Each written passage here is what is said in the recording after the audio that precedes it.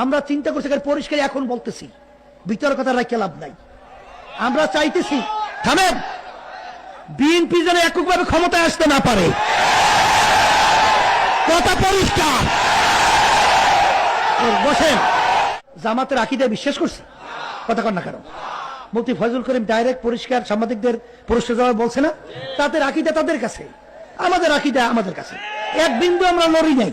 আপনারা কলিজার মধ্যে এই আস্থা রাখেন যে আল্লাহর ফজলের চর্ম নাই, আমরা আল্লাহর ফজলে, আল্লাহ এবং আল্লাহর রাসূলের দালাল, আর কারো দালাল না। এই আস্থা রাখেন, এই বিশ্বাস রাখেন, আল্লাহর ফজল করবে। দালাল কইলে ওদেরকে আল্লাহ দালাল মেলাইবে, এখন তো দেখাও যায়, এখন তো দেখাও যায়।